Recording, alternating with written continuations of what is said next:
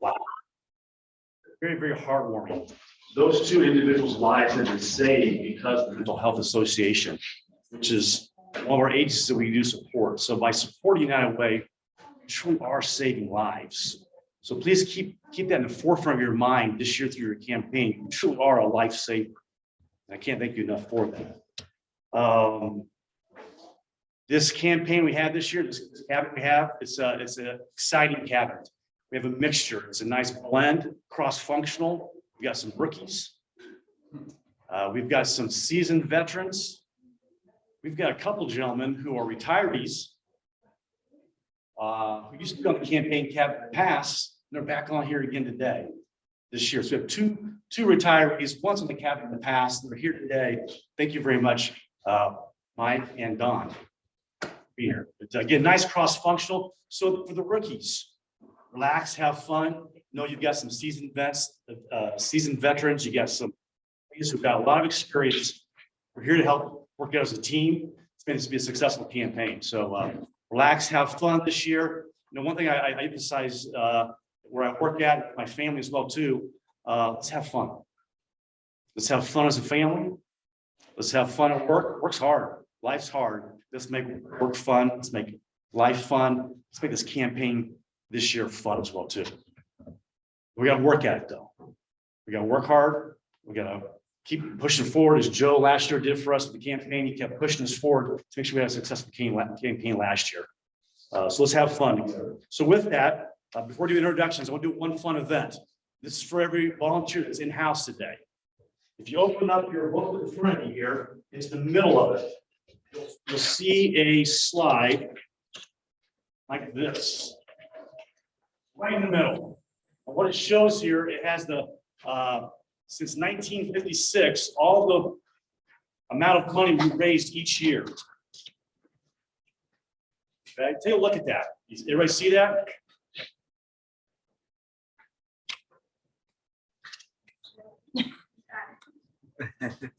All right, keep your calculators in your pockets.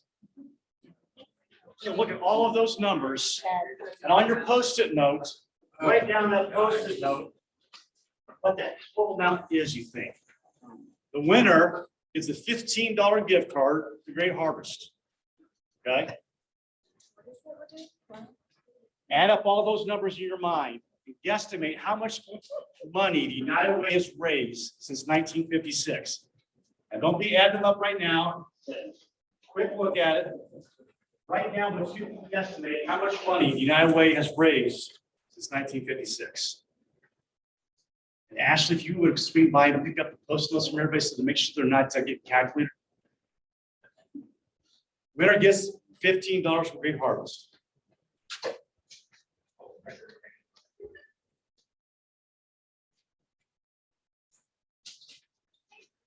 Okay, now we're going to do some introductions.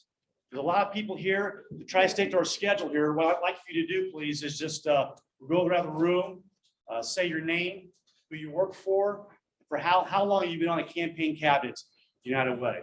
So we'll start with the volunteers. Mike, we'll start with you.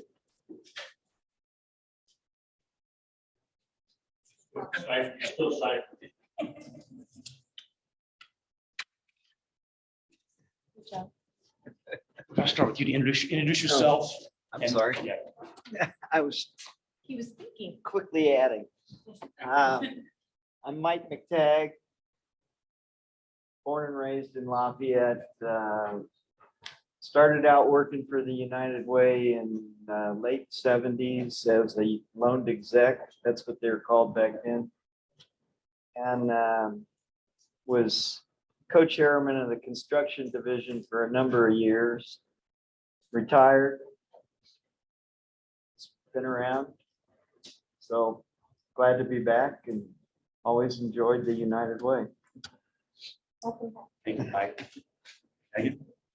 Hey everybody, I'm Megan Everly. I actually work full-time at the university for the director, or as the director of United Way. But our volunteers that we have on the cabinet are generally deans, and so I represent them here on the cabinet. So I think this will be my the campaign I lost track. So nice to see some new faces and some seasoned ones too. I'm Stephanie Taxel, and my full-time gig is with the Henriette Group. And I think this is my 18th United Way campaign. 18. 18. So for you rookies, she's a good one to talk to. Oh, yeah. Thank you, Stephanie. Tom. Tom Murtaugh, Junior County Commissioner, been active in the United Way for probably, 20 years. Been on campaign cabinet for probably 10 years. Joe Howard, Market President, Regional Manager for Sinclair Bank. Been working with United Ways not only here, but the Indianapolis area, number of years.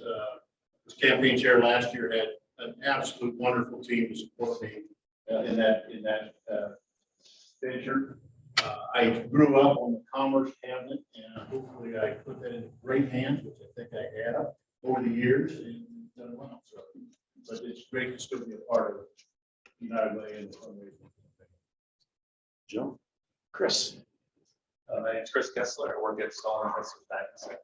I was just doing a quick review. Jim Mills was my first year, so that was back to 2015 on the cabinet. I worked with Joe and Albert.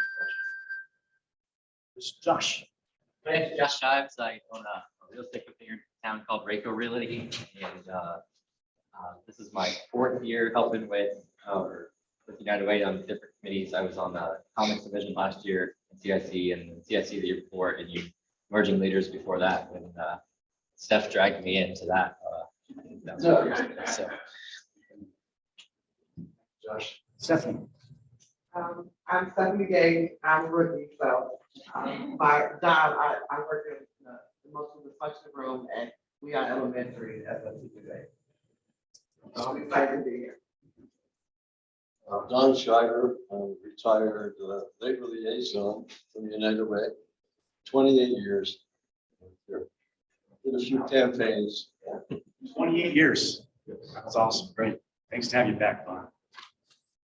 I'm Michelle Freiberg. I'm with North Central Health Services. I think health cabinet, I guess, a couple of years.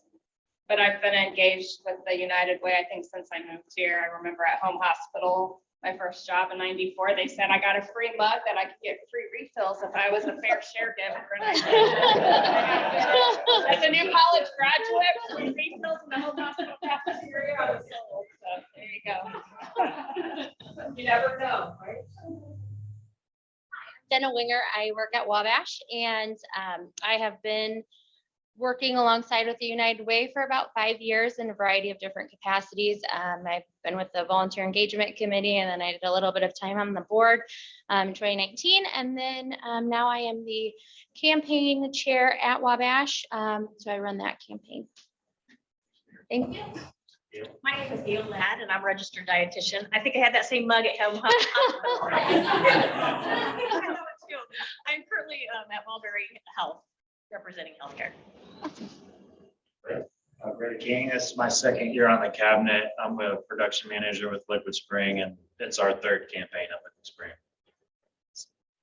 Yeah, I'm Dave Bateman, the new CEO, 5 days. So, but I was, let me see, on the board 2004, because of board stuff involved with the campaign in that regard, a few of those. I'm Tom Gilling from Valley of South. I've been on that committee, health services committee for 2 years. Had the privilege to do that meeting Bob Hagan, and he challenged me to do more this year. So that was just a few weeks ago that he challenged me to that. So hopefully I can hold up my end to that. We'll hold up to it as well, too. Thanks, Tom. Okay, so with that, we've covered the volunteers. Online, again, we've got, who do we have online? And they can't hear them, can we? Can they speak up? We should be able to hear them talking. We got Matt. Hey, Jim, it's Matt. Can you hear me? Yes, Matt, go ahead. Hi, everyone. Matt Metzger, Region President, Director of Sales, Epic Insurance. Sorry I couldn't be there today to join you with this beautiful Greater Lafayette weather and coaching my passion of youth sports, I've generated a pretty nasty head cold. So I'm staying away from you folks today, but glad to be here. I'm a past campaign chair, and this is year 5, I believe, since a little hiatus from back in the day. So Jim, ready to support you. You're going to do great. Great. Thank you, Matt. And then Joe? Hello, Joe Harrison from, I'm an attorney at Stewart and Brannigan, Lafayette, Indiana. This will be my 4th year serving on the campaign cabinet within the professional division. I would have guessed 6 or 7. It's only been 4 years. That's correct. Okay, all right, great. Thanks, Joe. Thanks, Matt. Thank you. So now if you go in the room, introduce the staff of the United Way to everybody. Start with. I'm Cindy Martin. I work on the resource development team. This will be my second campaign. I'm Jane Peterly, the Assistant Director of Finance, and I've been here, it'll be 18 years in October. I'm Carly Rosenberger. I'm a marketing and communication intern, and I've been here for almost a year. So I guess it's my second campaign. Brandon Folk, I'm the marketing and design associate. This is my second campaign. Jen Million, COO, and I think it's my 11th. I'm going on 12 years here. Janice Smith, and I'm donor experience associate or something like that. I've been here 3 years, and I'm excited to get going. Ashley Wiesmeyer, the Finance and Administrative Associate. This is my 4th. I'm John Metzinger. I'm the other resource development associate, and this is also the start of my second campaign. Al Salazar, been here a little bit over 2 years, labor engagement associate and labor liaison as well, engagement associate, labor liaison. I haven't been here 28 years. I've only been here a little bit over 2 years, but I was at 25 years at the CRWCF. Very engaged with the United Way and some of the programs other agencies have done. So I am extremely lucky to be here today. So thank you. Hi everyone, I'm Amy O'Shea, Director of Community. I think this is year 11 for me, and happy to be here today. Thank you, everybody. Again, thank you for being here today. We're kind of on a time crunch here. Right now, it's time for me to share my case study. What I choose to lead for. Number one, because probably about 7 years ago, Stephanie Picasso and Lori Donnelly, who used to be on the campaign here at the United Way on the staff, came to me and made the ask. They asked me, would I be willing and interested to be participating on the United Way campaign cabinet, which I did. So that was the first reason why I chose to lead. So thank you, Stephanie, for asking me. So keep that in mind, that ask. There's people out there who might be waiting for someone to ask them to participate, ask them to be a donor. Ask them to be on the campaign cabinet possibly in the future. So make that ask. Then my story, I'll try to do this as quick as I can here. Born and raised here, I had a great childhood experience here. Very sheltered, I didn't see any problems, didn't see any issues. This is back in the 60s and 70s in Lafayette, much smaller community than that. I had a great childhood experience. Then after school, went out to Purdue University, went to California. Worked in Southern California for 7 years. What a great experience. A lot of fun out there. But that's when I first went into the business world. I started working with other employees. It was 60,000 people there. So I got to know a lot of people. And with that, I started learning and hearing about a lot of stories, a lot of heartache, a lot of challenges that people have in their lives. I had never experienced that before in my life. I was also out there during the LA riots. Where I worked at, 64% of our employees lived in South Central LA. So you can imagine the next day, days and weeks after that, the hurt, the pain, the suffering that people were going through. And I decided I wanted to come back to Lafayette to raise a family. I didn't think that's the place I wanted to raise a family. There's just too much craziness going on in Southern California. I didn't experience that in Lafayette. I moved back as an early adult, started raising a family, getting kids involved in the community environments, sports. I used to be involved at the Chronic Summer Recreation as the president of the summer rec program, 650 kids. I started seeing things I didn't see when I was a kid growing up. There's a lot of things I want to give my kids as a parent to be able to to have fun and be out there playing with their kids. And I saw other parents couldn't do that. They didn't have the means to provide for their kids. It was sad. They couldn't afford to give their kids a baseball mitt or softball mitt or baseball bat, cleats, pants. So we put together an event to give back to those families, to help them with those situations there. Secondly, a big impact in my life was my wife and I, our daughter, probably about 10, 11 years ago, had a challenge. She got addicted to opiates. So for 3 years, my wife and I, with full attention, how could we help out our daughter? We realized we couldn't. We needed some of the agencies, the Greater Lafayette, to help out those types of addictions there. Then last I want to hit on is, I've worked in manufacturing for 35, 40 years. I've worked with thousands and thousands and thousands of people. And last December, I met with United Way staff. And with the meeting with them, I wanted to share my story with them. One of my slides, I had a list, just off the top of my head, about 20 people came right to my mind. People I've worked with in the past. And the stories that they had that pulled on my heartstrings. I can't share these names with you because some of these names are local. Some I call them Jane Doe and John Doe. Just give you just a quick snippet of their lives, the challenge they have. One gentleman was in the Vietnam War, 19 years old. His buddy next to him, we saw him get shot and killed. You can't imagine the mental challenge he dealt with the rest of his life, alcoholism. Another gentleman lost his wife at a young age. He was so angry at the world, he thought the doctors made a bad decision on his wife. He blamed the medical field. He became an alcoholic, very unhappy individual. Cocaine addictions, alcoholism. A gentleman I work with and I've known for many, many years here, about 2 years ago, his 19-year-old niece committed suicide. 9 months later, his niece's mother, his sister, committed suicide. I remember last year, I'm driving across South Street Bridge from West Lafayette to Lafayette. Come across the bridge and Sergeant Preston's on your left there. And there was police out there. They blocked in the road. They had us go either the left or the right. We couldn't continue going straight down South Street. So I turned right, turned left next to the next block. I see a gentleman standing there, like wanting to cross the road, I thought. So I stopped to give him the way to cross the road. It's like, he waved me off and pointed back. I looked back. There's a parking garage right across from Preston's. I look up there, there's a gentleman on top of the parking garage, ready to jump. We at the Cover Service Center 2 years ago, at one of our events to help United Way, was we partnered with Tecumseh Middle School. They have a dozen homeless middle school students. It's mind-boggling here in Lafayette. So we all rallied around as a team, 500 employees. We collected gifts to give these children.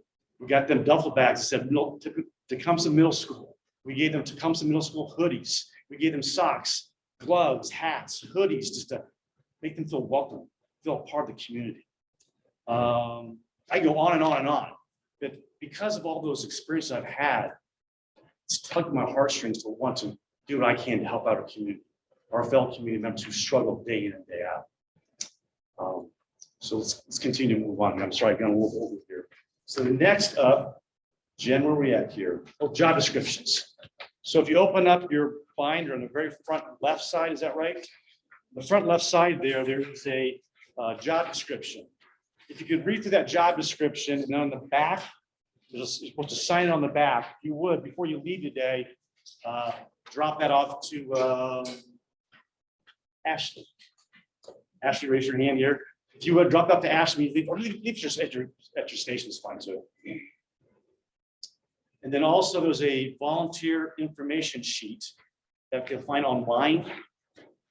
We'll send it out online. We have a number of them that were filled out last year, so you don't need to duplicate, but we'll look and see who of you need to get that to, and we'll send that anomaly form this year.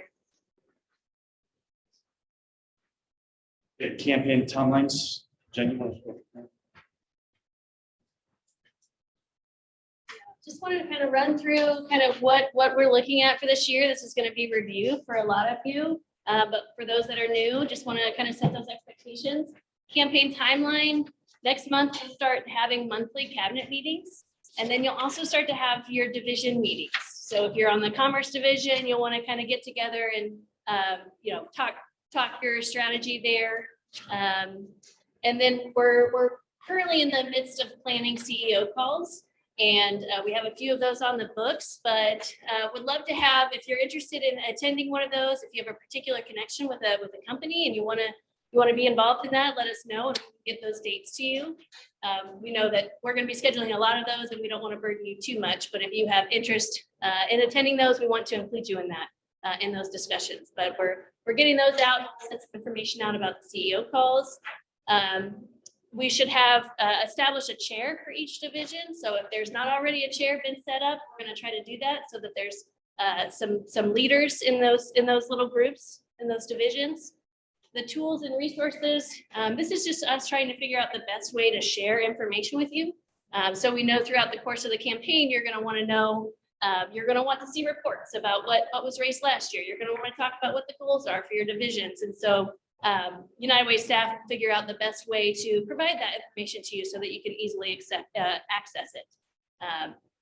And then cabinet meetings, we're planning on those. I know before the last few years, they've been at 7 a.m., which works for some people, but doesn't work for everybody. But this year we are looking at kind of more of a lunchtime meeting, and those will be here at United Way. So hopefully you'll be able to join us for those. And we did also include in the back of the packet some key dates so that you can know what's going on at United Way, so that you can know what's going on at United Way, and you can attend those events and get those on your calendar as soon as possible. And as those, we're still planning some of those as far as the details, and we'll continue to fill that in. So that's those details. I did want to kind of share, this was something I shared recently with our executive committee, and Jim had asked for me to share with this group today. So I wanted to kind of go over some data that I found very interesting. As you know, the last 2 years have had a negative impact. COVID has had a negative impact on our campaign at a time that we know needs are significantly higher than they've been. So we know it's important to continue to grow our campaign. And I wanted to kind of show where we are. So you have some history and background about the United Way of Greater Lafayette campaign. One thing I find interesting is that if you see in 2011, we raised $4.6 million with over 15,000 donors. Last year, we raised $4.6 million with half as many donors. So what that tells me is the base of our campaign is very strong. Those that are giving to the campaign, they've increased their gift by 102%. So average giving has increased. So we know that the base of the campaign is strong. We know that those that are committed to United Way are willing to increase their gift every year. But we also know that that donor level is shrinking. And as our community begins to grow, continues to grow, we know that there's a lot of opportunity to reach additional people in our community and pull them into the United Way mix and have them really committed to the work and understand what we do here. So I thought this was interesting just to kind of show the trend, show the history of the campaign. This gets a little bit more into the weeds as far as the types of gifts. So we get corporate gifts, we get employee gifts through payroll deduction, and their special events. And so you can kind of see where those, and the big drop off for the 2020 when COVID impact was special events. That was a big impact to the campaign. But also shows that there's a lot of opportunity for the campaign to continue in the upward trends. So we're looking to this group to help us accomplish those goals, and we're excited for you to be here and to be committed to doing that. My nose is clean. Sorry. What? Oh, no, okay. Yeah. That would be weird. I've never had a nosebleed before. I don't think I'm that nervous. Want to go to the next slide?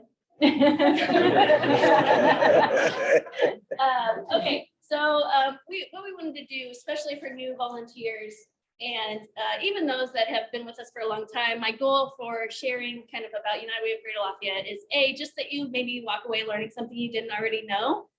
It will likely be refreshed for some of you, but that's kind of my goal, is that maybe there's a nugget that you take away that you didn't already know before. So Amy and I are going to tag team this presentation. She's going to come in a little bit later to talk about our internal programs and some of the work we do here at United Way. Next slide. So most of you know, our mission is simple. It's mobilizing our community to improve lives. United Way is here to add value to the community. We're here to look for solutions to community issues. And it takes all of us to do that. Those of you at the table, our board, our donors, our volunteers, we couldn't do this work without all of you. We fight for the health, education, and financial stability for every person in every community. For us, that's the Greater Lafayette community here for United Way of Greater Lafayette. We really focus our impact strategy, or community impact strategy, to what we call the Cradle to Career Commitment. And this essentially means that from all these important milestones in a person's life, from being born healthy to entering kindergarten ready to succeed, reading at grade level, middle school perseverance. We know that's a challenging time. We were all middle schoolers and know that that can be a rough time. And all of these places, we want to be able to invest in resources and services to meet people where they are when they have challenges in these different phases of life. High school graduation, obviously we all know the importance of high school graduation, career readiness and beyond. We all can't be positive contributing members to society unless we have that stability. And so that's really important. And we can't neglect basic needs. We know all of these other items don't really mean much if you're struggling with mental health, if you're struggling with food insecurity and with housing. So we still invest significant amount of resources in basic needs. I want to give you a little background.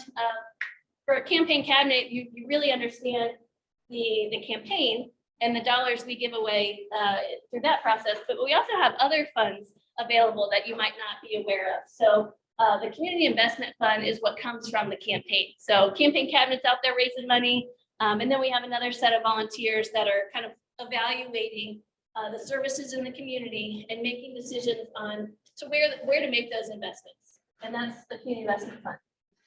We also have, that we started a couple years ago, the RFP. And this also comes out of the campaign, but this is targeted strategic dollars that through community conversations, which Amy helps facilitate those, we kind of identify some priority areas that we want to be able to be responsive to community needs. And so if we hear in the community that mental health, which we all know is a challenge, affordable housing is a new one we added, continuously hearing about these challenges, we want to have an avenue and a mechanism to be able to address those needs. So we do that through the Strategic Priority Fund, or the RFP, which we call it. The last couple of years, we've been working heavily in the COVID response fund. So as soon as COVID happened, we were able to set up a fund. We were able to raise over $200,000 locally, and then we were able to get a Lilly grant. So that group has actually distributed over $2.65 million over the last 2 years in response to the COVID pandemic. And then last year, we also established the Sarah Rounds Price Equity Fund. So this was a board level fund that was established through our DEI committee that really just kind of looks at programming to spark inclusivity and diversity and create respectful opportunities for everybody in our community. So that fund is available. We made our first distribution last year to 3 agencies. And this is kind of the different avenues that we have for funding here at United Way. Next slide, please. This is going into a little bit more detail about what that response fund looked like, kind of where the money went. We were charged with serving Tippecanoe County, Carroll, Benton, Fountain, Montgomery, and Warren counties with this fund. So we are having a regional approach with that. Over 90 agencies were awarded funding. And like I said, that number may need to be updated, but over $2.5 million there. We also, in response to the COVID response fund, realized there was a lot of money coming, a lot of money from the state, from the federal government, and it was really hard for our agencies, our partners, to keep track of all of that. And so convened a group and identified kind of the strategy that we could take to help people that were struggling with housing issues. So we created the Housing Instability Hotline in partnership with City, the YWCA, a number of partners were at the table. And we manage that in-house now. We served over 2,000 clients, and basically that's a warm handoff. So we went through 30 renditions of the hotline as one funding stream came up, another one went away. So trying to keep tabs on all the funding that was available, and the eligibility criteria was a lot to manage. But somebody would call the navigator, the Housing Stability Hotline, and say, I'm facing eviction, what do I do? And that navigator would be able to respond and direct them to the appropriate funding source to give them the help they needed. And that's still active. We're still getting calls. Deborah is managing that hotline at this point. You may be aware of our community investment process. I mentioned this earlier, but this is a group of volunteers that we have about 20 community investment committee volunteers that get together and review the agency's proposals. They meet with the agencies. They really understand the services that they're providing. And based off of the money that we have available through the campaign, they make recommendations to the board for funding. And so this is kind of their annual process. We go through a volunteer recruitment. We provide training like we are here today. We go and meet with the agencies. Those groups debrief and really understand and kind of get on the same page about where they feel that agency is and the work that they're doing. And then they make recommendations for funding. We look at this criteria when we're evaluating the agencies. So we want to make sure that they're aligning strategically with the Cradle to Career commitment. We want to make sure that there's not a duplication of services, or if there is, there's a justification for it, there's a reason for it. Maybe their after-school program serves a certain geographical location. We just want to make sure, because we know resources are very limited, we want to make sure that those are being used to the best of our ability. So we want to make sure that we're not funding 3 after-school programs that are half full that couldn't otherwise somehow partner, or so we just keep a pulse on that. And in some cases, duplication is warranted. It's not a means to not fund a program because there's duplication. We just want to bring awareness to that and make conscious decisions. Collaboration, we want to make sure that agencies aren't operating in a bubble, because in a silo, we know that we can do a lot more when we work together. And so we want to make sure that these collaborations are happening. And it's also an opportunity for us as United Way, since we have a lot of information about what's going on, to make those connections as needed. We've sat in a lot of rooms with our community investment committee volunteers and hearing about the programming, and they're like, oh, well, have you ever thought about talking to X? And the agency says, oh, no, we haven't. And there's a collaboration that comes out of that the knowledge of volunteers that you bring to the table. Measurable outcomes, we know that it's very important to our donors to understand the impact that their money, that their donation is having. So we want to make sure that our agencies are able to tell us what they're doing with the money, and kind of keeping tabs on what those measurable outcomes are. Financial condition, this is important because we want to make sure we're investing in sound, strong organizations. And it also allows us an opportunity to, if there's an agency struggling, to suggest maybe some collaborations or some partnerships that would help strengthen those programs. And then board governance, we know that it's really important for a strong board for a successful nonprofit. We've seen agencies that board wasn't engaged, and we see the impact that has on it. So we do pay attention to board governance and want to make sure that there's that level of oversight happening in the agency. Here's our partners. Many of you probably recognize or have other relationships with these agencies. We have added 2 new partners through the RFP. Hartford House and Homestead are 2 new partners that we hadn't previously partnered with that we now partner through the RFP. And I'm going to turn it over to Amy to talk about collaborations. So United Way is an organization that is often seen as neutral and as a convener. And as such, through my time here, we've had convening about a lot of different topics. And so I want you to envision this as a ping pong ball, right? Kind of it goes back and forth, and there's times where we are convening groups and we're having discussions and what are the needs and how do we respond? And there's time that funding comes into place. And sometimes we're delivering that funding to an agency that you saw on the previous screen who can support a program or expand something. And sometimes that funding comes to us for different purposes. For an example of this is the Resilience and Recovery Network. It was originally known as the Opioid Task Force, but we try not to say that anymore. Resilience and Recovery really focuses on what that looks like, both from a substance abuse standpoint and a mental health standpoint. And so that group also leveraged a lot of funding. So some of that funding never came to our door, but the work that we did in convening and bringing people together and making a plan and moving actionable items forward brought, I think that group, over $6 million in the course of 3 years was brought to our community to support individuals in those ways. So really the collaborations kind of take on a mind of their own, but as an organization who is nimble and can respond to community needs, the collaborative piece is a really important part of that. I also want to talk to you a little bit about some of our programs that we have in-house. So as you walked in, you may have seen people entering the building on the side. Our VITA program is currently running, and of course, there's only 10 days left or something in the VITA season. But we have so far brought back $2 million in returns right here to folks in our communities. Some of those can be just totally life-changing for those families who are working and wanting to have their taxes prepared. We do have IRS certified volunteers who are doing the work, and we're very happy that it's back on site this year. We're able to have in-person appointments and do the tax prep there as well.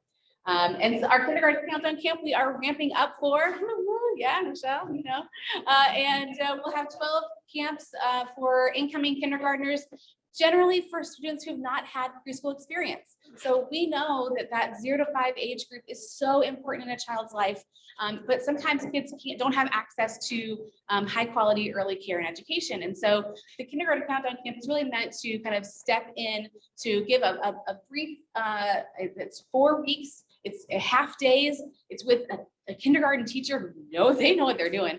And you would be surprised how they whip them into shape and really get them ready to go.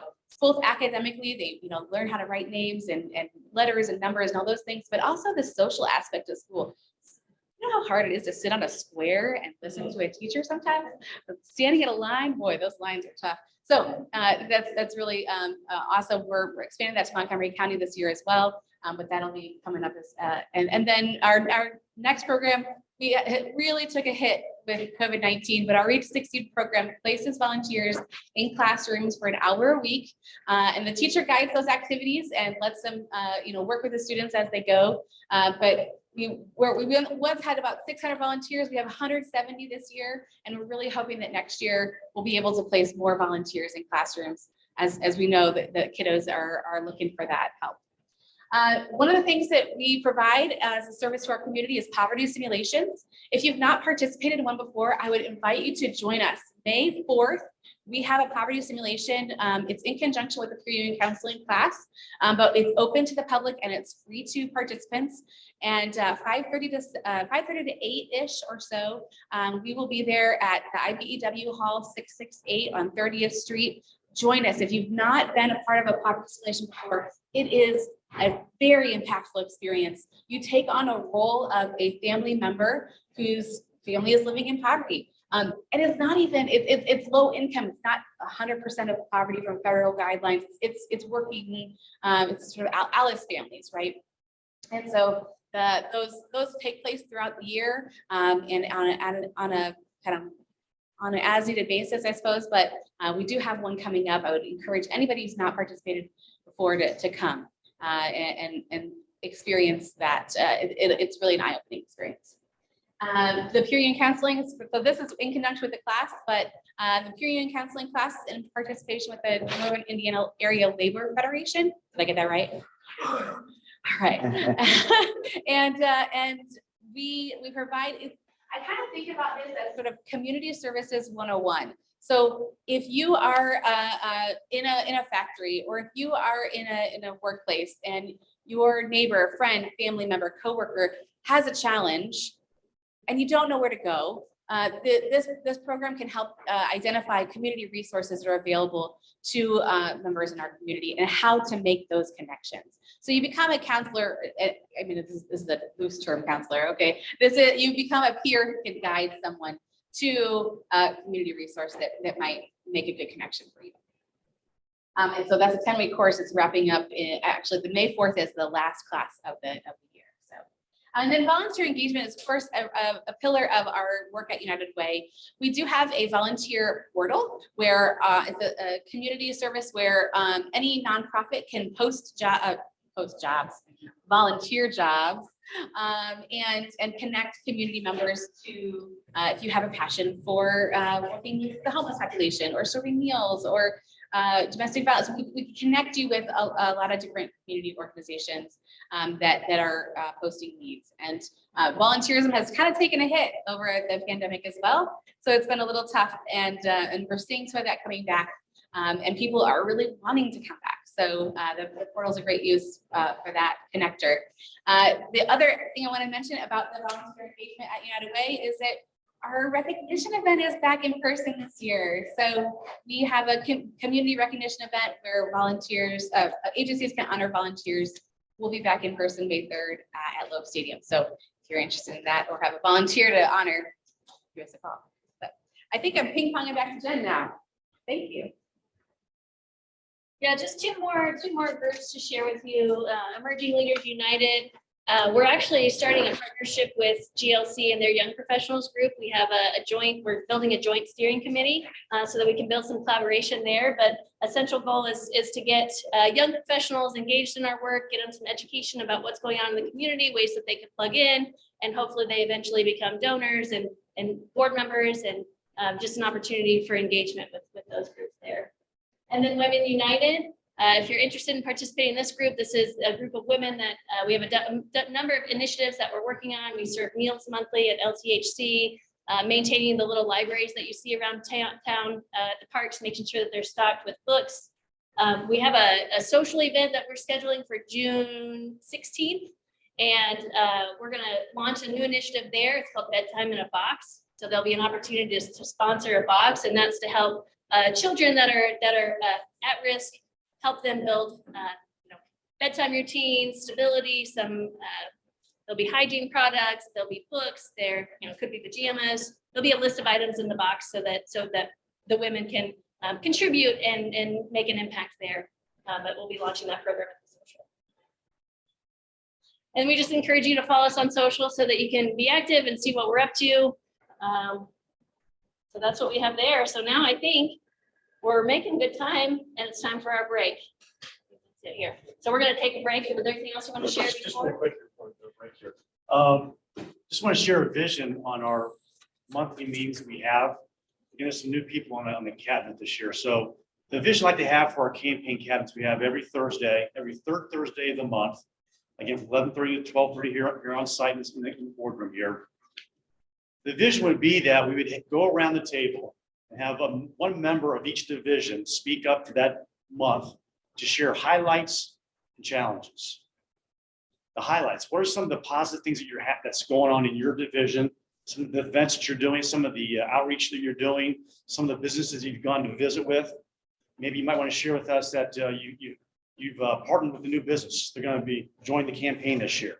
And we're going to be starting a fundraising event at a certain point in time. You want to share that with the cabinet members. So we're all kind of in the know what's going on. We'll learn from one another. Well, here's some positive things that might be working in one division. We might want to share that with the other divisions to do the same type of thing in those divisions as well too. It's also a time to share the challenges. To share with us, I've been trying to reach this business for 3 weeks now. I've left 3 phone calls. I've sent 2 emails. I'm getting no responses. Share that with us, because maybe somebody in the room might know somebody else at that business that can touch them to help out as well too. So again, be prepared in the monthly get-togethers to share highlights and share your challenges. Okay, so it's good that we're on track right now. What I'd like to do is if over here next to the window, there's some drinks, there's water and pops over here. Outside the hallway to your right, there are some Subway box lunches. You can choose a ham sandwich, a turkey sandwich, or BMT. And Jen, where are the restrooms at? They're going to be down the hall to the left.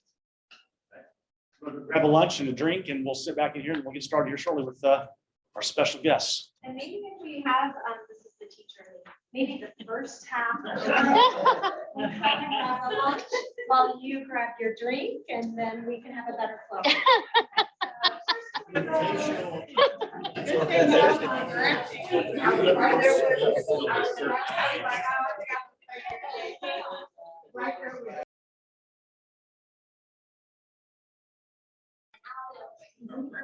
Hi, Jennifer. Nice to see you. I want to introduce you to our special guest today. This is Charlie Newton. Charlie Newton works at Kirby Risk, our supply division in our sales organization. Charlie also, for the last 14 years, has been teaching a sales class for the university. And I thought, you know what do we do as cabinet members? We sell. We sell the United Way of Greater Lafayette. We share a story, make the ask. try to see what we can do to get as many people in our community engaged and involved and participate in the United Way campaign year after year. So that'd be an excellent idea to have an expert in sales come here and share with us the next 45 minutes or so on some tips to help us be successful salespersons going forward here. So with that said, Charlie Newton, you've got the floor. Thanks, Jim. Howdy. I'm Charlie Newton. I'm an account manager. I'm in my 29th year with Kirby Risk as an account manager, calling on industrial manufacturing customers. It's as far as the CEO, but at the company, VP level, plant manager, all the way down to maintenance associate. So I got a full range of different personalities that I work with and train for. So so my degree is from Texas A&M University in industrial distribution. I actually do what I went to college, what I went to college for, which is unfortunate for that. So and so teaching the class, Kirby was gracious to let me do that. Helps my skill set for what I do. And so definitely if you cut me, I bleed maroon and white, but I also bleed black and gold because I have 2 kids with degrees from Purdue. So anyway, I've been here for like 29 years now. I really like the community, especially I wasn't exposed to United Way coming from Texas. Not sure why. You know, you always saw commercials and things like that, but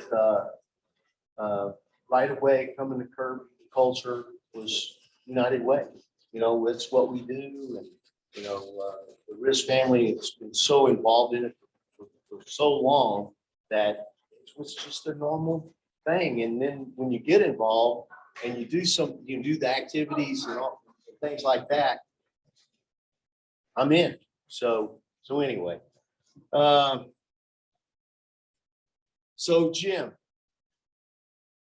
I got the call from Jim, and let me know, hey, I'm Cam, the chair and campaign chair, and know you teach a class at Purdue and a sales class, and I was kind of thinking that if you could get some of those techniques across to the campaign members, then cabinet members, then it would add to the success of the program.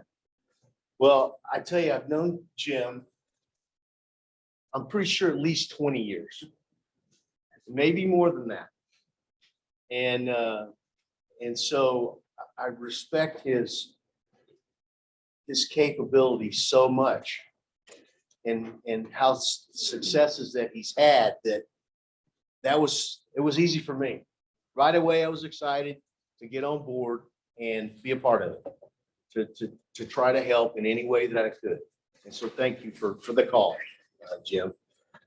So how many in this room are in sales? Raise your hand, please. So 1, 2, 3, 4, 5. So I got 5. And there's probably 16, 18 in here. I haven't counted it, maybe 20. Okay. So this is the exercise I do in my class first day, is to ask that, because it's IET 343, they're juniors and seniors. It's in the school technology. It's selling, and it's technical sales and services class. So there'll be like 80% supply chain management, about 10% MET, EET, and then the rest could be, they're usually in trying to learn how to fly an airplane. Okay. So I'm always interested in, so when it's such a few number that want to go into sales, and it's usually 2 or 3 that raise their hand, then my question is to that class, well, who wants to make money? Well, then every hand goes up. And so it's understandable. And I try to, so, if you're gonna go into sales, then your quickest way to benefit is you may have loans or whatever, and you're looking at how am I gonna pay that back? Well, a sales career will help you get to that, get to a level where you can get those taken care of quicker, okay? So, but that's not what we're doing here. Where our goal is here is you're gonna go out, you're gonna go to companies, and you're gonna get the word out about the United Way and our community and the other communities that we're involved with. Okay, so really want to help you with that. One good thing in the years I've been around the United Way, the amount of information that we have, and I'll call those tools that are in your belt that you can take, that are available to you, that you can refer back to. You know, one time, I meant to get back to you, Jen. It seemed like I remembered every 1 in 3 people are benefited from the United Way in our community. Has that number changed? It used to be. Is it 1 in 3? Okay. So for me, hearing that was it was a game changer. Without a doubt. As soon as I heard, so I'm sitting here and I'm thinking, okay, I'm sitting next to, so it's me, you know, look to the person to your left, look to the person to your right, count me, that's 3. So I thought, man, that is an amazing thing that we're able to, that it has that much of an impact. You know, how do we make it even better? You know, to let it grow. So anyway, you have a lot of information right here. You got resources that you can call in you know, our age of technology. It's online. You can go to it as you make your preparation. It's important that the companies you're going to go see, it's important you find out as much information about that company as you can. Again, the internet, go to their website, look that up. And they may have some exciting things going on. Maybe they're having expansions. They're adding employees. They're growing. That's the positive side. Maybe they're not doing as well. Maybe they are, you know, they are struggling. I mean, I don't know of a business around today that's not struggling to get people to work. I mean, that's a serious problem. They've got, their business is really good. They can't meet that demand because they don't have the people. So again, United Way helps that situation. And so anyway, and so that was about the company. It's important the person that you are going to that you're going to visit with. They have most places have a coordinator. I know we do at Kirby, but as you set up that call with that coordinator in your packet, I put it, there's something called the social style matrix that we'll get to it here in a little bit, but that's several training programs across the United States have one I went to was a social style matrix. There's other names for it, but it all identifies the four different personalities that you will work with. And knowing what those are and being in sales, and if I'm gonna put a plan together, I'm definitely gonna know what their social style is. So I develop my plan to fit what those are. There is no one social style that's better than the other. They are what they are. And so when I have to do adaptive selling for the different customers I call on, but I'll guarantee you when I first get to the plant, walk in, and if it's a reception area that I have to sign in, I'm automatically looking to identify the social style of the person that's signing me in. Are there pictures on the wall? Are there certificates? Is there a plant there? All of those things mean something to me as I identify that social style. And so right away, I identified that, and then I'll begin the conversation. And so, you know, smiling means a lot. If we smile, you're gonna get a smile back. And that's a positive thing. I'm always, you know, glasses half full with me. And so I'm generally a energetic person, basically. And so I want to get to know, and I'm really being sincere with this. I really want to get to know that person, even though they're just signing me in, because I will see that person many times throughout the process. I can tell you today, though, I'm pretty fortunate. When the pandemic hit, I was deemed an essential person to the plant. So I wasn't restricted to stay home. Now Kirby wanted us to stay home. And so my boss says, turn in and have a monthly report. He says, are you seeing customers? I said, well, yeah. Did you get the email? I said, yes, I did. Okay, what's going on? I said, well, but my customers have projects going on and they deemed me essential to the project. And so I got to pass. I got to continue to go in. And he says, well, I don't know. I really don't know. I said, nobody else is getting to do this. It's an advantage. Okay. And so, and they're our best customer. And so he says, okay, but I said, hey, we're practicing, you know, the protocols. You know, we're washing our hands, we're wearing our masks, we're 6 feet. If I feel ill, if I temperature, whatever, I'm not leaving the house. I'm doing all of those things that we've been taught to do. And he goes, okay, and they're doing it in the shops. I said, absolutely. So anyway, I felt really good about that. And it was, you know, over time, most of my customers have been calling on 26, 28 years. And so the relationships that I developed with those customers have, they paid dividends. And, you know, we live in a real world. People move.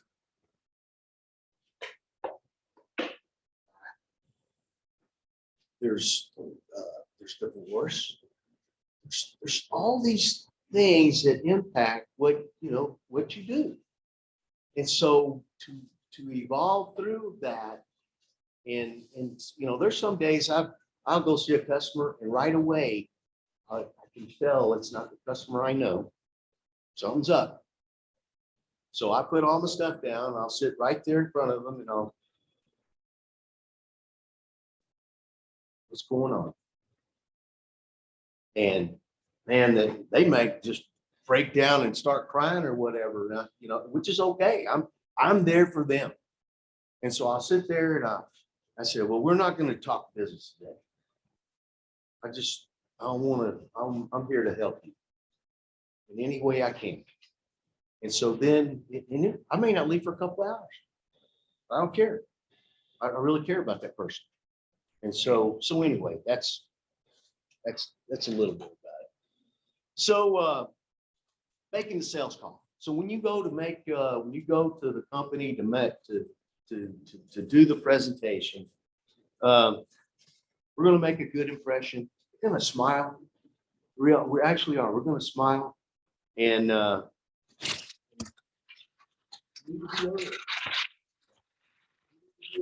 15 minutes early. At least 15 minutes early. Because I can tell you, the coordinator at the company you're going to meet, it's it's gotta be a stressful time for them because they've been going through all the preparations, getting ready for this time with the United Way cabinet member. And they want it to be flawless. They really do. And if you show up like 30 seconds before the time or even a minute after, it starts out negative. So we want them to be at ease. We want this to be a home run for their program. Okay, that's important. Shows you're excited for the meeting. Pardon me? Shows you're excited for the meeting. Yeah, absolutely, absolutely. You know, I'm gonna offer up, I was gonna do this at the end. I'm gonna give every one of you a card, one of my cards. And if you're gonna go to a big group and you know, a big group, 50 or 100, I don't even know if they get that big, but you're gonna do what you do, but I'll be there to support you. Just sitting on the sideline. I'm not gonna talk. I'm just there to support you. I want you to know that you're not in it alone, because you're not. So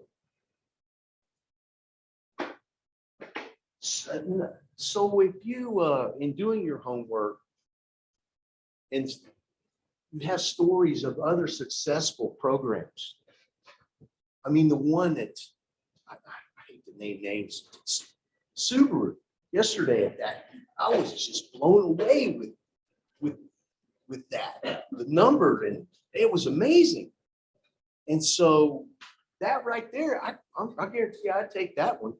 And you know, I'm sure you've got a list of the activities that they had that helped to get to that number. So I would definitely have that kind of preparation. So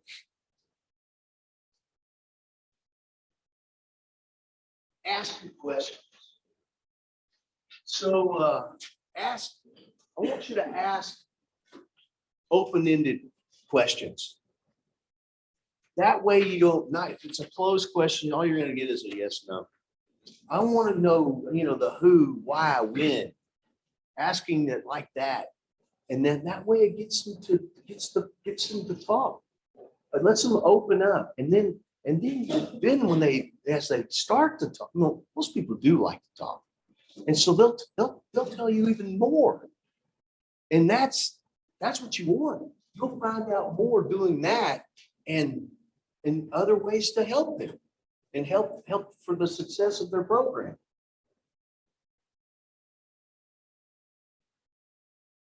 So let's talk about, so you're gonna have there's, you know, the way we communicate, two-way communication. So we get a little technical with you. I didn't want to get in the weeds, but this is important. So there's encoding, that's you get your thought out there to the person, and then it's decoding. It's the way I hear it, right? So real quick. So everybody put their hand up. Okay. I want you to take your index finger and put it like this on your thumb, and everybody put it on your chin.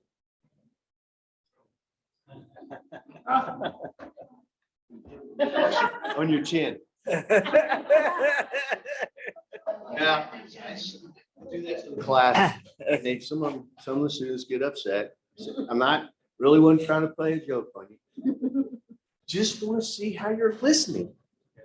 Okay? Because believe me, when you get in front of a group, and you're going to have those four social styles in there, hopefully, you know, we're in an age where everybody's got their cell phone with them, or you got a tablet. So all this other interruptions could be going on, right? So it's important that to maintain the focus of the group. For me standing up here right now, y'all are awesome. I've got every eye looking at me, which makes me feel good because you're really listening to me, you know, which is which is so important. That's what you want. You get when you're in front of the group is to get them involved, get them right. And you know, the information that you're going to be able to give to that group and the success of their campaign. You know, you want 10% growth, correct? We just thought we had a meeting here a couple of weeks ago and we were throwing around some things. I was just listening, you know, because that's not what I was there for, because it was getting ready for this. But my brain started running. So just give $1. If you're not giving anything, just $1. What's that? Just $1. Well, I could probably give 5. Maybe I could give 20. But think of 100,000 people doing that. We blow that 10% away. I was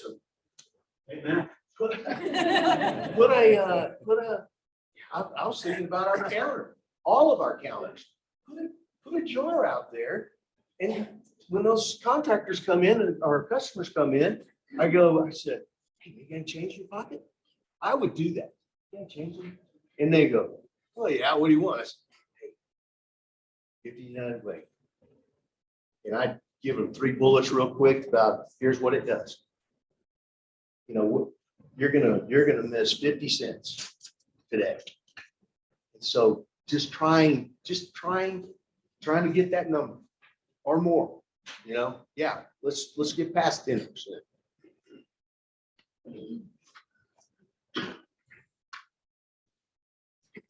Active listening. The 80-20 listening rule. Show that to my wife. She says, okay, honey. I know. I got it. You know, when it's real important, you know, they was playing basketball the other night and so deep into the game, and she said, hey, I really need to talk to you about something. I know me. I paused it. I did. I paused it. And because she said, this is important. I'm in. And I've learned, from teaching this class, I've learned this, how important it is. And so I did, I gave 100% of my focus. And so then when it was done, I turned the game back on. It was all good. But know that it's important that your customers, so you're going to be in this group setting and the coordinator is going to be doing what they do. And then you'll do what, can't quite remember what your process is, but you're going to have information that you're going to share. And so getting that across, having that attention of that group, that's what you want. That's what I want you to expect that. Okay. I'm big into that. I want you to expect it to be positive and that it's gonna be have a big impact on that group for what you're sharing. Promise you it will. Just feeling that. Okay. And so I didn't write that. I meant to put this in there, but the speaking listening differential, a person can speak 120 to 160 words in a minute. How many words do you think you can hear in a minute? 50. 800. I was gonna say, I have a sister that can speak all. Me too. 800. That's crazy, isn't it? So let's think of all those. So all these conversations going on around you, you're picking that up. I mean, it's not just the person you're talking with. You're hearing all kinds of words in a minute. Up to 800. That is a realistic number.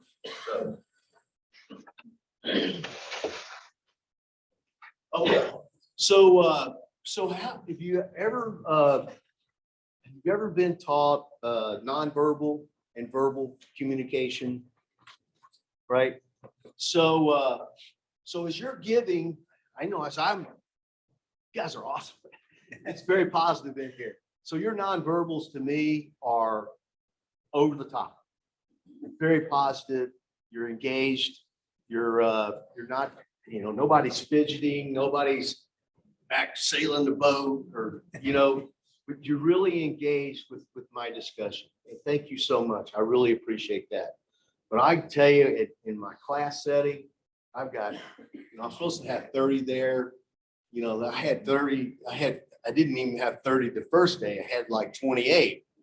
And then, after 2 weeks, it really falls off. It gets to be 50 to 60%.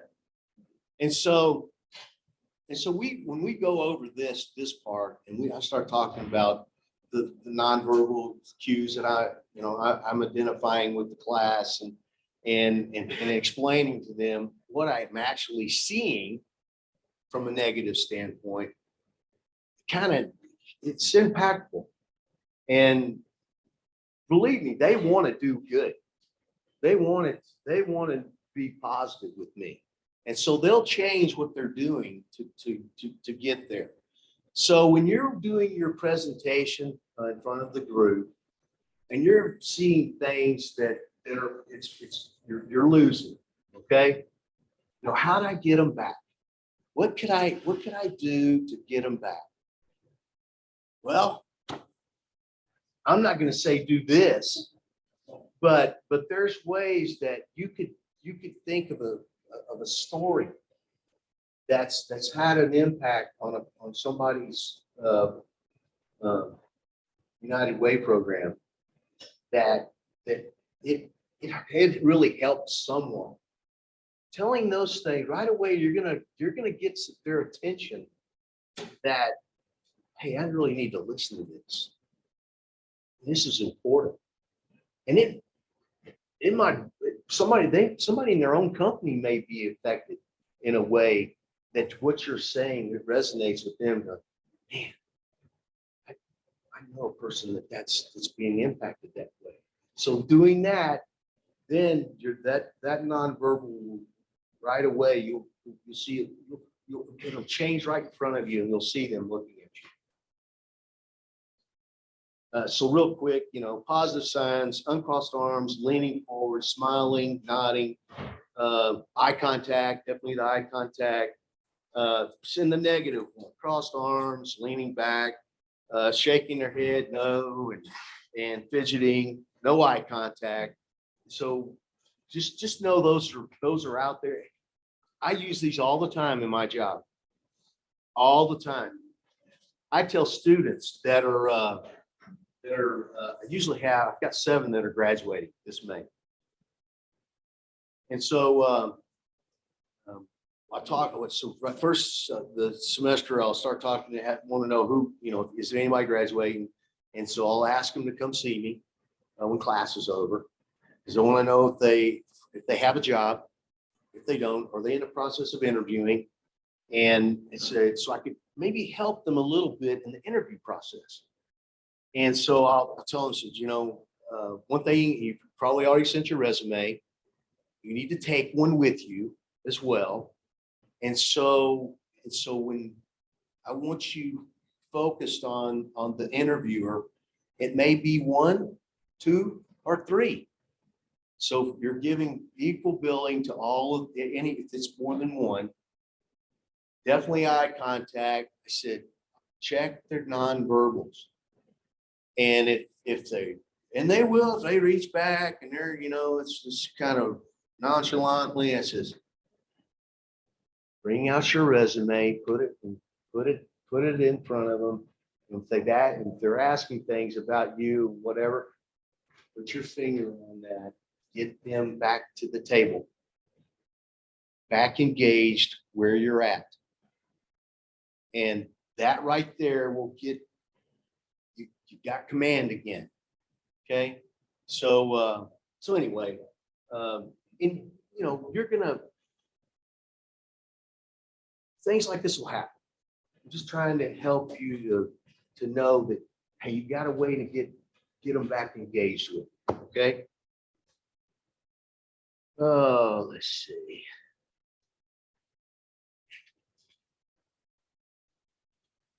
Okay, so the social style matrix. I'm not gonna spend a whole lot of time on it, but you need to. This is important that you're able to identify with the different styles. Even today, where you work at, if you can learn the different social styles, if you're having a difficult day with a difficult person,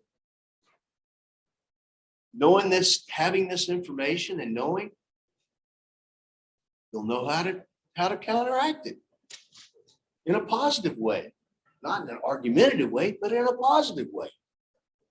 So if it's a driver, get to the point quickly. Listen without interrupting, show proof of results. Don't overload them with details. If it's an expressive, connect with them on a personal basis. Listen intently when they talk. Mention their company involvement with the United Way. Use friendly, open gestures and body language.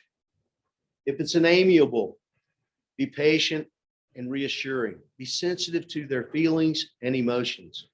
Listen for fears and concerns. Don't pressure them for quick decisions. And then the last, the analytical, provide data and factual information. Match their low reserved emotional tone. Don't try to impress them. Present information in an organized and logical way.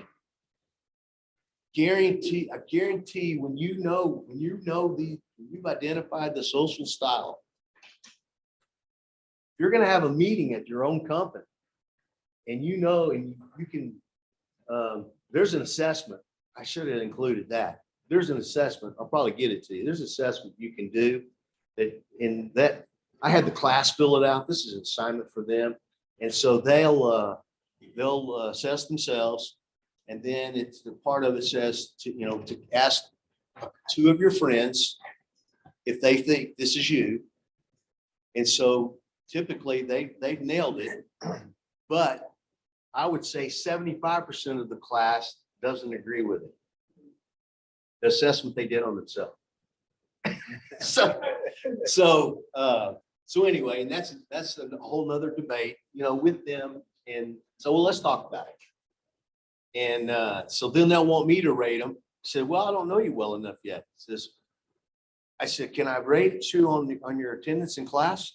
And so that kind of separates us a little bit. But creating value when you're going to the meeting you have set up. United Way. How much better does that get? We have so many successful stories, heart-wrenching stories. The success of the program. Hey, it was 4.6 million through pandemic. That was awesome. It was awesome. I'm telling you, my heart was touched yesterday, just listening to the story, and it was amazing. Well, we're almost through the pandemic today. I come back. I don't know, but we're rolling. We're rolling, programs rolling, and so we're gonna do good things. And I would, being I want the companies to know we are partnering with you. We are partnering with you, so you'll partner with our community. Our community needs help. There are people that are in a bad way that need our assistance. And that's what we do. I mean, that's what I love about the Midwest. My friends, ever since I moved here, says, well, what's Indiana? I said, hey, it's like I didn't leave home. Grew up in Texas, and where neighbors help neighbors. Well, it's no different. It's the same way it is here. People help people. And I'm very fortunate that, that happened for me and my family.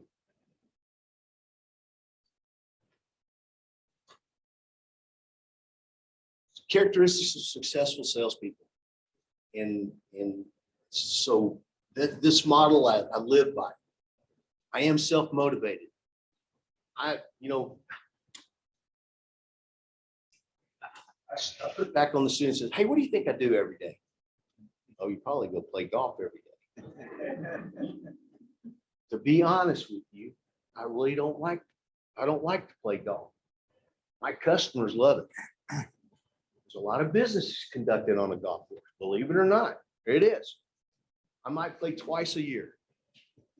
Now I'll give them all the golf balls they want. It's a marketing. It's got our logo and all that on there. And I feel like giving them, when I give those to them, they're doing advertising for me out on the course because they lose a bunch of them. But so I am self-motivated. I'll tell students, I say, I get up at 5:30 every morning. 5:30. I said, yep. Get up 5:30. I'll turn the computer on. I'll start looking at emails that came over. I've already gone through the night before. I looked at the calls I was going to have. My preparation is already made, but I go back to that. I look through that, scan that again, look at the times, and then typically I'll let the customer get through their morning meeting. So at 9 o'clock, I'll set that first call up and go see them. Now, most of my customers, I do not have to have an appointment. At the Tate Lyle and Premium now, I have my own card at both plants, scan in, get in on my own. I just don't have to check in. Don't have to go through, sign in. I've done all the safety, all of those things are behind me.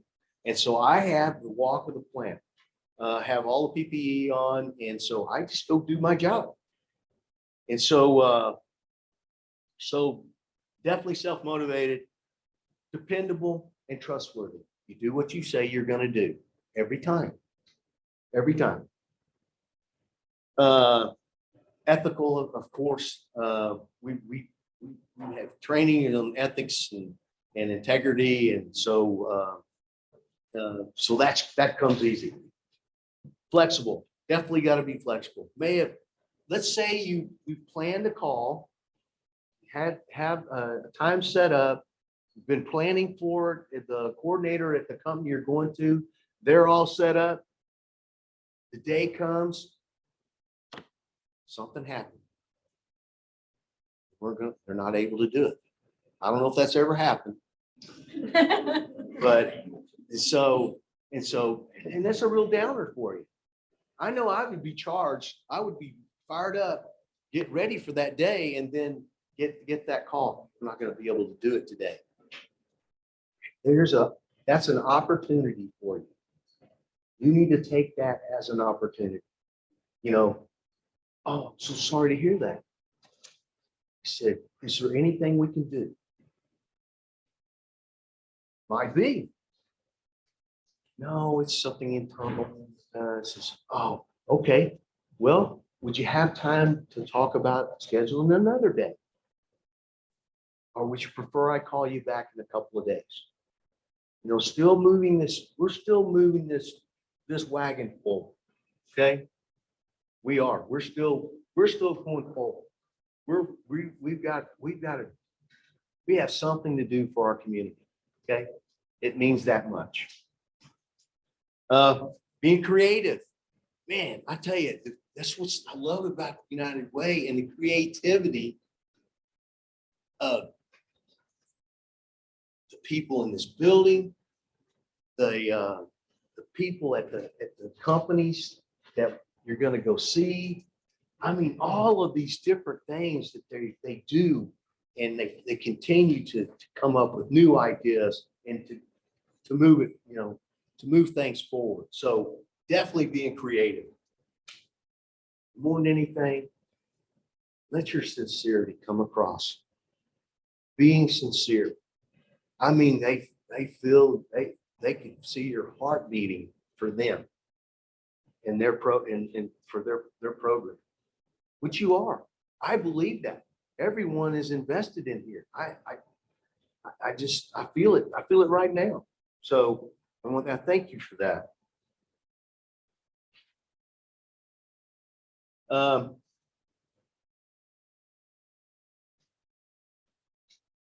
So in conclusion, I didn't go very long, sorry.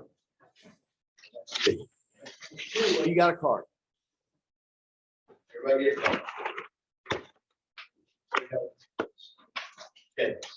So what I thought about this, because I actually carry one with me. And so I wanted you to have one to help give you some to ease some tension that you might have as you get up the day of that you're going to do a program at a customer site, at our company site. Once you've looked at that card, once you look at that card, first thing I really wanted to put on there was your number one. I wanted you to feel that way, that you're awesome and that you're going to do a good thing for the United Way, for that company, and for our community. You are number one. But I want you to be at ease because it can be stressful talking in front of a group. I know it can. And I want you to, that's why I want to be there for you. If you're feeling this little antsy about it, call me. Give me a day or two's notice, and I promise you I will be there. I'm not giving your talk, but I'm there. I'm there letting you know. I want you to feel my presence there with you and your success that you're going to have. So keep the card with you, take it out every now and then, start looking at it. And so with that, I'm going to say thank you and for having me. Jim, thank you very much. Thank you. I didn't mean to interrupt your applause. That's all right. I was curious if you had any quick and easy ways to assess people's social style. Not necessarily like an assessment because I don't know them necessarily, but I was wondering if you just had some tricks of the trade, kind of. So when I mentioned, when I first get to a location at the reception, these pictures and all that, I can give you information like that will help you identify with their social style. I certainly can. I'll look that for you. Okay, thank you. Well, anybody else question? I'm sorry. Anybody else got questions? Sorry. So, Charlie, thank you very much. oh, you're welcome. We appreciate it. Super Charlie.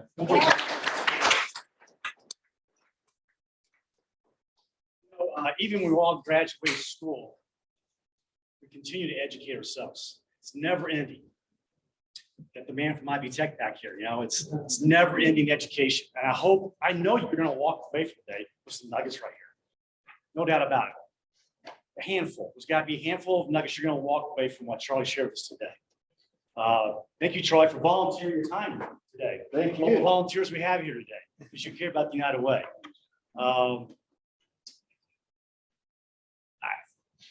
The one that you hit upon that I always love, and I learned from Joe Howarth last year, 15 minutes early.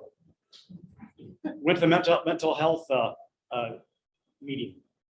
And I got out of a meeting early, had time in my hands, so I'm driving by, I'm gonna pull in, instead of back in the office, I go straight there. I pulled in, there's Jim's car. What do you do here? Someone knocked on his window, got out, we visit, because Jim, I'm early every meeting. I'm 15 minutes early every meeting. Never late, prepared, ready to go. Really encourage you all to continue thinking that same mindset there. Again, like Charlie said, the people we're going to go visiting, they're busy. They're very, very busy people. And they might say they're available at 30 for us. That same might be 10, 20.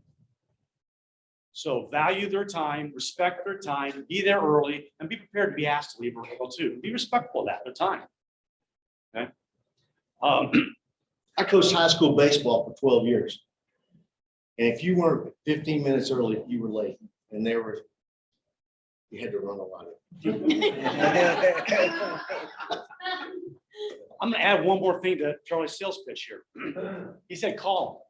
If you're going to go to a meeting, maybe you're not feeling good about yourself, not feeling right, a little nervous possibly, I'm going to add to that. So you remember the beginning of the meeting, so you're all heroes, right? They're up to saving lives. They're lifesavers. And don't think lightly about it. Right now, this second, there's people in our community who are struggling, may not survive today. Suicide thoughts right now, drug overdoses right now. Right now, I want to make sure every day you're thinking about those people in our community. Don't ever forget about it. Keep it in the forefront of your mind all day long, every day throughout this campaign. There are people fighting for their lives right now. So each of you get a bag of life savers. I want you to keep these with you. I'll pass these around to everybody. Keep those with you, right? That's your power. You go on those calls, you're a little nervous maybe, get that lifesaver. Before you go that call, take that lifesaver, that's your power. You take that lifesaver, tell yourself, I'm gonna be empowered, I'm gonna be calm, cool, and collected like Joe Howarth, prepared. Take that lifesaver as you're sucking it. Tell yourself, I'm ready for this. I'm gonna go save lives. You're gonna be at a place of business. You're gonna tell a story about how the United Way agencies can save lives. Keep that lifesaver bag with you on your desk all year long. You need a new bag, you let me know. I'll get you another bag of lifesavers. There's only about 50 in there. You need a lot more. Okay. Keep those lifesaver bags with you all day, every day. Think about people in our community who are possibly gonna die today. It's not the United Way agencies. This is nothing to take lightly here. Our daughter, there are many, many nights, my wife's here thinking, will she be alive tomorrow? Will she be alive tomorrow? I mean, that happens every single day. You're all here volunteering your time to help save lives. Okay. Thank you very much for coming today. What time is it? Oh, great, we're getting out early. All right. Next meeting, help me out here, Jen. It's the third Thursday in May, which is May 19th in here, 11:30 to 12:30. We'll have some more fun. You have some more gifts. So you guys show up. Show up. They can't win them online. You gotta be here. Have fun. Thank you very much for your time today and for the rest of your day. We'll save lives. Thank you.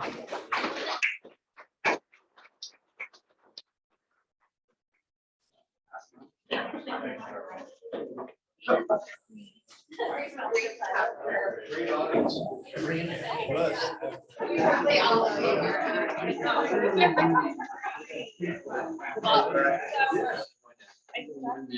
Thank you.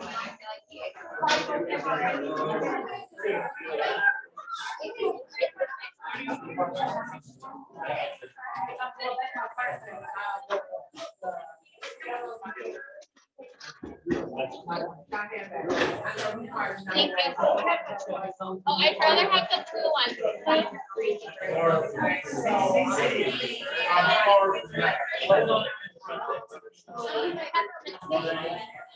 Your little bag, yesterday I opened it,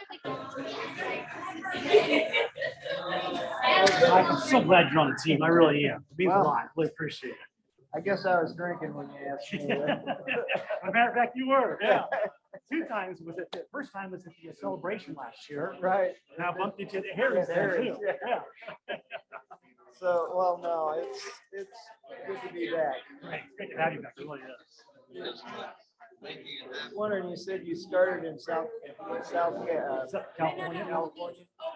Oh, okay. I have a good friend that is out in California. I forget who he works for, but it's a company he interviewed for a job with Kirby Risk about 15 years ago. All right.